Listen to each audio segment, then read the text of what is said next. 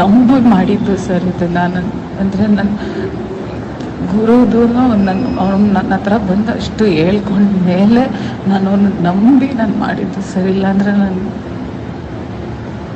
Sorry sir, just chance ಕೇಳ್ತೆ ಅಷ್ಟೇ sir. Hi sir, ಅಂದರೆ ಇವಾಗ ನಿಮ್ಗೆ ಆಗಲೇ ವಿಷಯ ಗೊತ್ತಾಗಿರುತ್ತೆ ಸರ್ ಏನಾಗಿದೆ ಏನು ಅಂತ.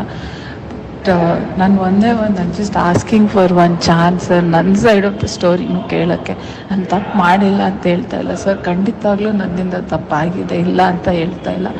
ಬಟ್ ಯಾವತ್ತೂ ನಾನು ಇದುವರೆಗೂ ಸರ್, ನಾನು ನಿಜವಾಗ್ಲೂ ನಮ್ಮ ಅಮ್ಮನ ಮೇಲೆ ಹಣೆ ಮಾಡಿ ಹೇಳ್ತೀನಿ, ಯಾಕಂದರೆ ಬಾಬನ ಮೇಲೂ ಹಣೆ ಮಾಡಿ ಹೇಳ್ತೀನಿ ಸರ್, ಯಾವತ್ತೂ ನಾನು ಗುರುಗೆ ನಿನ್ನ ಮದುವೆನ ಬಿಟ್ಬಿಟ್ಟು ನನ್ನ ಜೊತೆ ಬಂತು ಯಾವತ್ತೂ ಹೇಳಿಲ್ಲ. ತುಂಬ ಸತಿ ಹೇಳಿದ್ದೀನಿ ಸರ್, ಬೇಕಂದರೆ ನೀವು ಅವನೂ ಕೇಳ್ಬೋದು, ಯಾರನ್ನಾದ್ರೂ ಕೇಳ್ಬೋದು. ದಟ್ ಇದನ್ನು ವರ್ಕೌಟ್ ಮಾಡೋದು ತಪ್ಪಾಗುತ್ತೆ, ಬೇಡ ಅಂತ ತುಂಬ ಸತಿನೂ ಹೇಳಿದ್ದೀನಿ ಸರ್. ಹೌದು, ಇದು ನಿಮ್ಮ ಸೆಟ್ಟಲ್ ಆಯಿತು, ಅದಕ್ಕೆ ನಿಮ್ಗೆ ನಮ್ಮ ಮೇಲೆ ಎಷ್ಟೇ ಕೋಪ ಇರ್ಬೋದು ಸರ್, ಅದು ಪರವಾಗಿಲ್ಲ.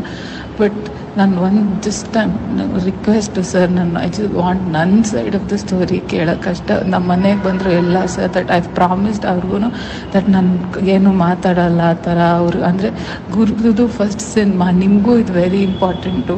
ಎಲ್ಲರೂ ಇಷ್ಟೊಂದು ದುಡ್ಡಾಕಿ ಇಷ್ಟು ಕಷ್ಟಪಟ್ಟು ಸಿನಿಮಾ ಮಾಡಿರ್ತಾರೆ, ನಾನು ಯಾವುದಕ್ಕೆ 100% ನನ್ನ ಮಧ್ಯ ಬರಲ್ಲ ಸರ್. ಬಟ್